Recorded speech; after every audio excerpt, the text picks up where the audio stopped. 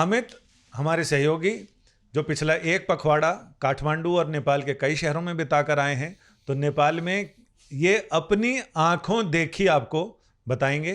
तो अमित, अब आप दर्शकों के साथ शेयर कीजिए, अब मंच आपके हवाले। पूरा खुला मैदान। और कोई जो देख नहीं रहा वो सुन भी रहा होगा, तो सुनने वालों के साथ भी शेयर कर लीजिए। हाँ, ये करते हैं। आंखों देखी कानों सुनी।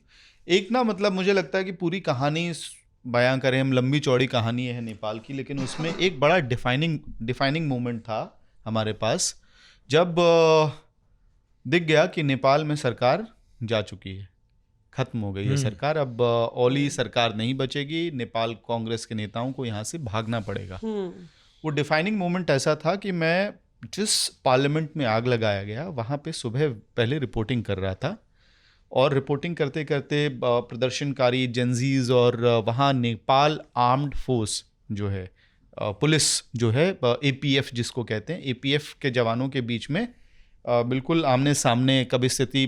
तो पहले जेंजीज बिल्कुल पार्लियामेंट के गेट पे थे, फिर उनको थोड़ा और धकेला, आर्मी आई, आर्मी के बस के नीचे जेंजी प्रदर्शनकारी लेट गए, आर्मी ने गाड़ी आगे नहीं बढ़ाई, वहीं रुक गए। हाँ। फिर हम वहाँ से ट्रॉमा सेंटर गए, उन लोगों से मिले जिनको गोलियां लगी थी।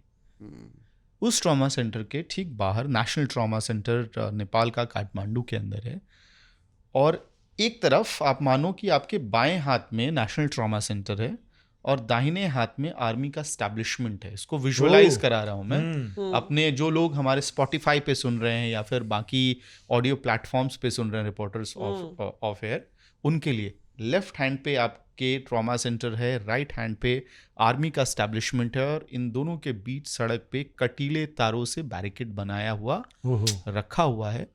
वहाँ आर्मी खड़ी है विद अप्रोप्रिएट वेपनरी, और हम जिस जगह पे खड़े हैं उससे कुछ दूर, तकरीबन 1 किलोमीटर की दूरी पे, क्योंकि हाइट थी, तो उस हाइट पे जेंजी प्रदर्शनकारियों के साथ नेपाल की आम आवाम एक एक करके पुलिस पोस्ट को तोड़ते हुए, आग लगाते हुए, और जहां ट्रैफिक पुलिस का पोस्ट दिखता था वो आग के हवाले कर दिया जाता था। तो we could hear gun shots, tear gas shells, और मैं सुबह से ऑलरेडी बहुत कुछ देख के झेल के वहां तक पहुंचा था, ट्रॉमा सेंटर तक। तो जैसे वो भीड़ धीरे धीरे ट्रॉमा सेंटर की तरफ बढ़नी शुरू हुई, दूसरी तरफ वहाँ मैती घर है। मैती घर एक आइकॉनिक इंस्टीट्यूशन है नेपाल के कल्चर के लिए। उस मैती घर की तरफ से आर्मर्ड व्हीकल्स आर्मी की आई। आप वहीं पे थे? मैं वहीं बीच में खड़े हुए थे? मैं ट्रॉमा सेंटर और आर्मी एस्टेब्लिशमेंट के बीचों बीच खड़ा हूँ, वायर्स के पास। हाँ, वायर्स के साथ खड़ा हूँ जहाँ आर्मी की डिप्लॉयमेंट है। जब आर्मर्ड व्हीकल्स आनी शुरू हुई तो हमें लगा कि अब यहाँ पे मामला एस्केलेट होगा, क्योंकि आर्मर्ड व्हीकल्स है, उस पर टीयर गैस शेल्स, फायरिंग, सब चीज़ का व्यवस्था होता है। लेकिन वो जेंजी प्रदर्शनकारी रुक नहीं रहे हैं, धीरे धीरे कदम आगे बढ़ते जा रहे हैं। मुश्किल से 500 मीटर 400 मीटर का डिस्टेंस बचा हुआ है उस बैरिकेड और जेंजी प्रदर्शनकारियों के बीच। हम लोग अपनी प्रोटेक्शन के लिए, क्योंकि जो स्थिति हमने देखी है, जिस पार्लियामेंट बिल्डिंग की मैं बात कर रहा था जहां मैं खड़ा था, वहां पे गनशॉट से एक प्रदर्शनकारी के हेडशॉट लगा और वो मर गया था वहां पे। तो बहुत हॉस्टाइल सिचुएशन थी, नेपाल कवरेज बहुत मुश्किल था। वहां से हम लोग ट्रॉमा सेंटर के पीछे लोहे के दरवाजे पे हम चले गए कि ये एक जगह है जहां से हम सब कुछ शूट कर सकते हैं। हमने क्या देखा, मैंने देखा कि अचानक से वो जो व्हीकल, आर्मर्ड व्हीकल थी, आर्मी एस्टैब्लिशमेंट के दरवाजे खुले और आर्मर्ड व्हीकल्स आर्मी एस्टैब्लिशमेंट के अंदर चले गए। प्रदर्शनकारी अब 100 मीटर की दूरी पे हैं बैरिकेड से, और वो बैरिकेड्स आर्मी एक पॉइंट पे 20% के लिए खोलती है, वेपन्स लेके साइड होती है, सारे प्रदर्शनकारी चल के वहां से निकल जाते हैं और कोई रेजिस्टेंस नहीं है आर्मी की तरफ से। जब सारे प्रदर्शनकारी निकल गए, फिर से बैरिकेड वापस अपनी जगह पे रख दिया गया। कुछ देर बाद हमने धुआं निकलता हुआ देखा, मैती घर के आसपास सब कुछ आग के हवाले कर दिया गया था। ये डिफाइनिंग मोमेंट था जहां पे नेपाल की सरकार, ओली सरकार खत्म हो गई थी।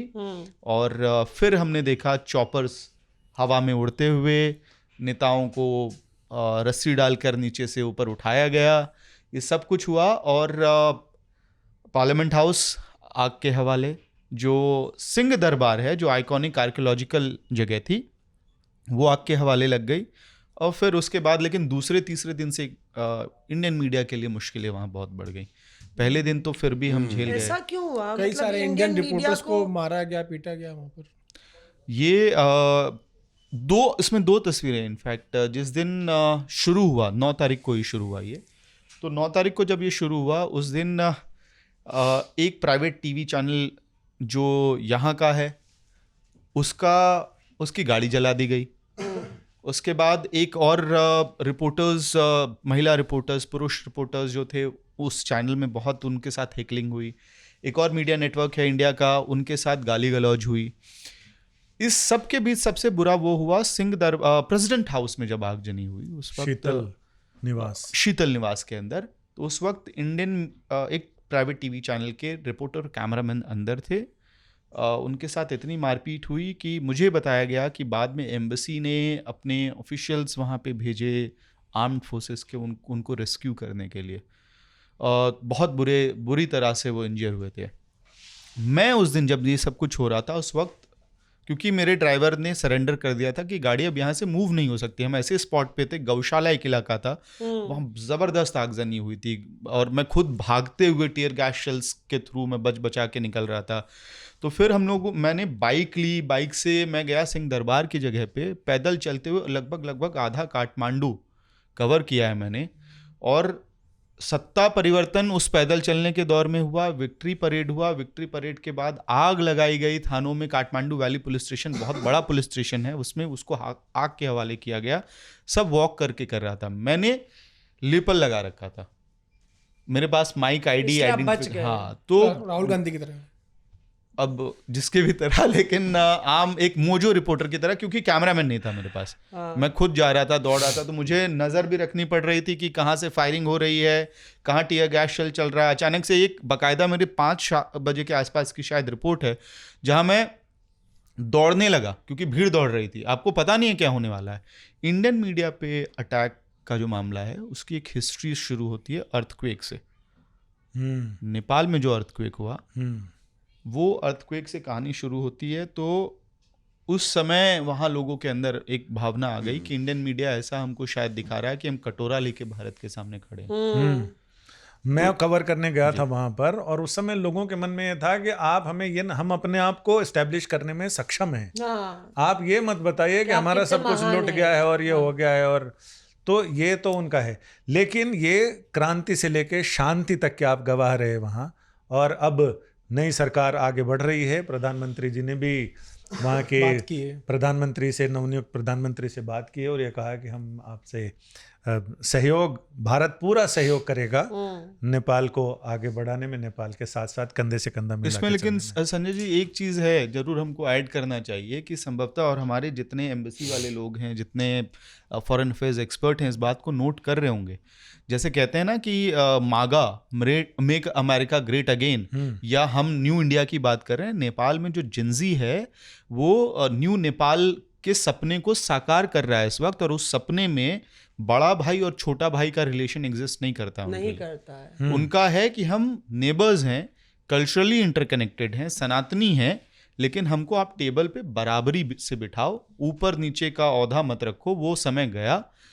और प्राइड नेपालीज हैं, जब हम अपने राइट्स के लिए इस हद तक जाके लड़ सकते हैं कि गोली खाया हुआ लड़का वहाँ पार्लियामेंट के सामने खड़ा है, जिसका भाई अस्पताल में डेड बॉडी पड़ी है, वो पार्लियामेंट के सामने आके खड़ा हो गया है। तो वो अब चाह रहे हैं बराबरी से, सम्मान का हक चाह रहे हैं हम लोगों से। इस पे शायद हम लोगों को ध्यान देना चाहिए। Reporters of